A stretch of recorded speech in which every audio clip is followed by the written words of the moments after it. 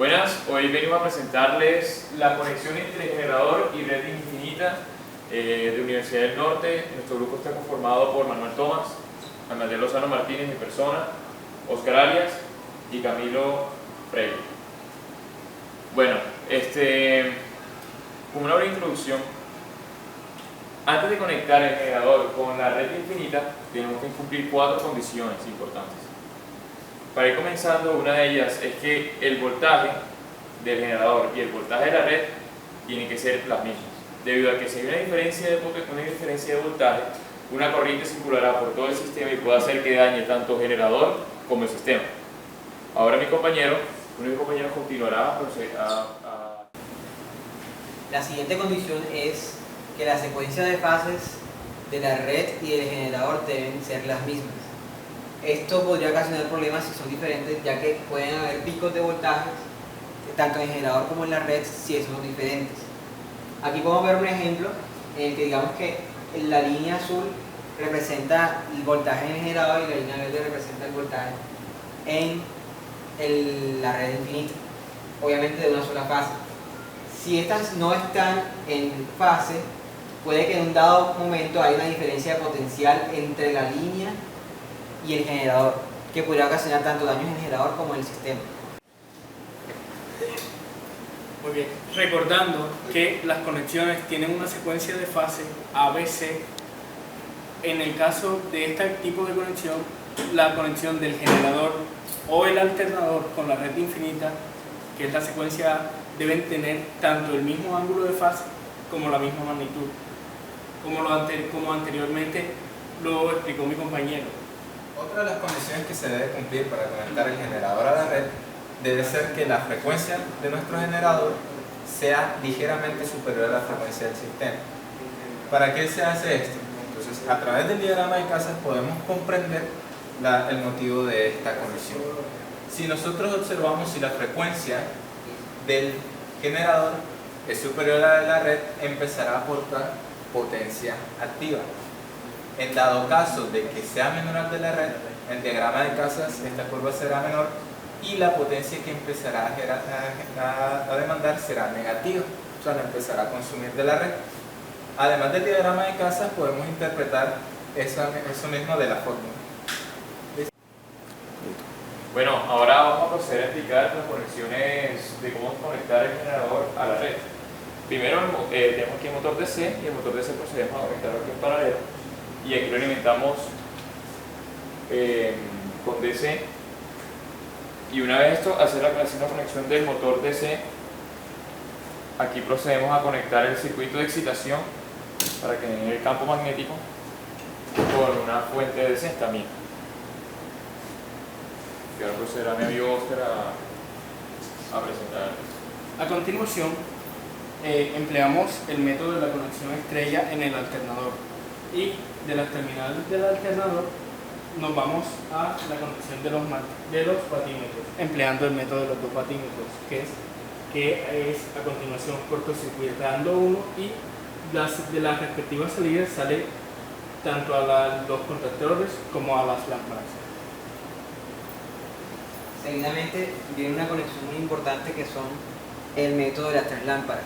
En este caso estamos usando 6, ya que cada una es de 110 y la red que vamos a alimentar es de 220. Entonces la idea es que se conecte directamente desde la salida de los patímetros a una de las terminales de las lámparas. La idea de este método es que las 3 lámparas, es decir, las 6, se encuentren apagadas al mismo tiempo. Este método se llama el método de las lámparas apagadas. Así nos aseguramos que el voltaje que está generando el alternador esté en fase con el de la red. Y por último, realizamos la conexión al contactor de los batímetros en paralelo con los bombillos a una parte del contactor. Las otras terminales del contactor van a la red y alimentamos a 220 el contactor. Bueno, a continuación se procederá a explicar las conexiones que se deberían hacer en el contactor. Observamos las primeras conexiones que se encuentran circuladas en blanco, son las conexiones que deberían estar conectadas a la línea. Consecuentemente, las que están circuladas en amarillo son las que deberían estar conectadas a la carga, y las que se encuentran circuladas de azul son las que deberían estar conectadas al generador. Una vez que se hayan verificado todas las conexiones y que también se haya verificado las condiciones mencionadas previamente con el método de las 3 lámparas, se procede a unir la línea con el generador mediante el botón negro que se encuentra en la parte inferior. Esto hará que se igualen los voltajes y la frecuencia del generador y de la línea. El botón negro en la parte superior y el botón rojo se encargan de las conexiones de la carga. El negro permite el paso de la corriente para alimentar la carga por medio de la línea del generador, y el botón rojo se encarga de deshacerse de esta conexión. Finalmente, el botón rojo en forma de hongo tiene como función deshacerse de todas las conexiones. Es decir que a medida que se presa el botón, se separa la línea del generador y la carga. Para que funcione nuevamente hay que levantar el botón rojo y volver a reiniciar todas las conexiones.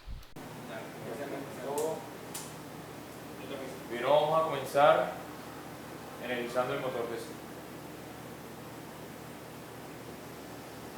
hasta su velocidad nominal. En este momento podemos ver que todas las lámparas se encuentran encendidas debido a que hay una diferencia de potencial entre el voltaje de la línea y el voltaje del generador. A medida que vamos aumentando la frecuencia del generador, vemos que se ven intermitentes las lámparas. Eso es debido a que hay una diferencia de fase entre los dos.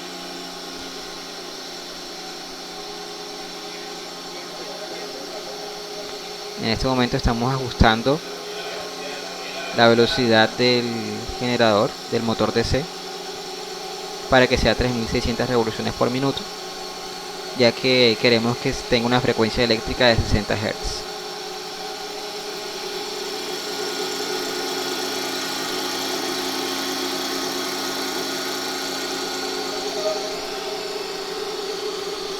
Y ahí la tenemos.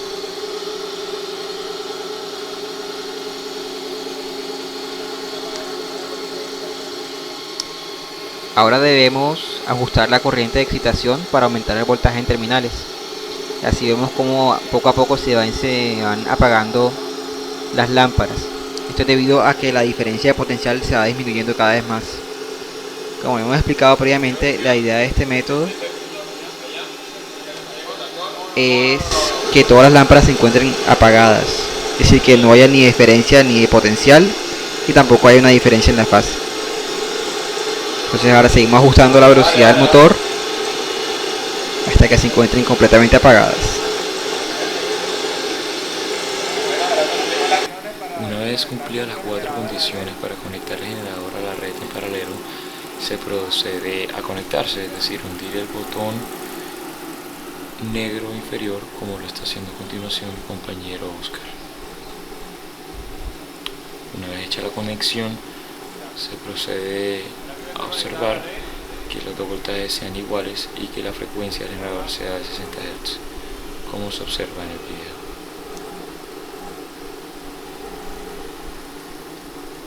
Ahora es importante tener en cuenta que la potencia activa, debido a que no hay una carga conectada todavía, es casi nula.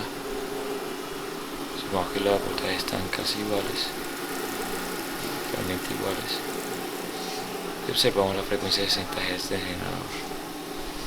Ahora se procede a conectar la carga hundiendo el botón superior en negro.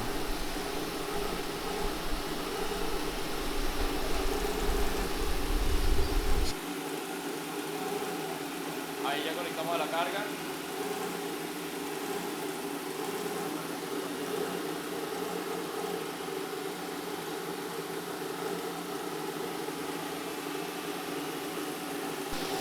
Una vez conectada la carga, podemos observar que en los batímetros se aumenta la potencia activa.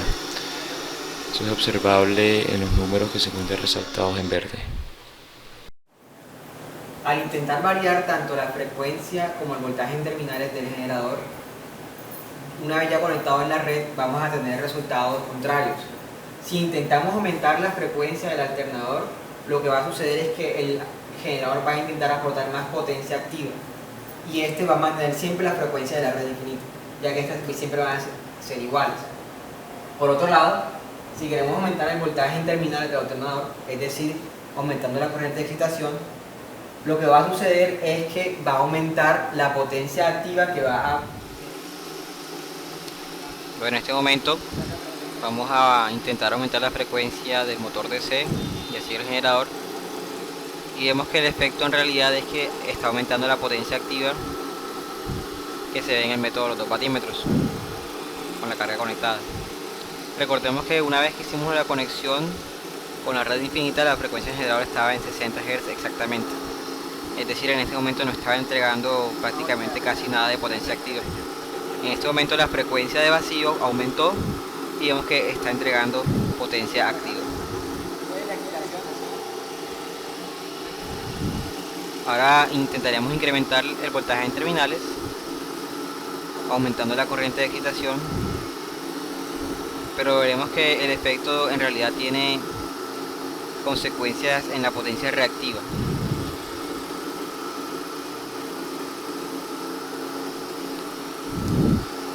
Teóricamente, al aumentar la corriente de excitación debería aumentar el voltaje en terminales, pero en este caso va a aumentar la potencia reactiva.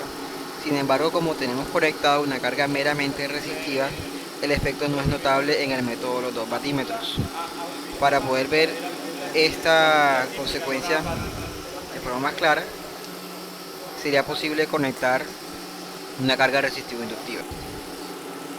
En este momento desconectamos el generador de la red y comenzamos a disminuir gradualmente la corriente de excitación y finalmente se reduce la frecuencia del generador DC hasta llegar a 0 y apagar todo, habiendo culminado exitosamente la conexión con la red infinita.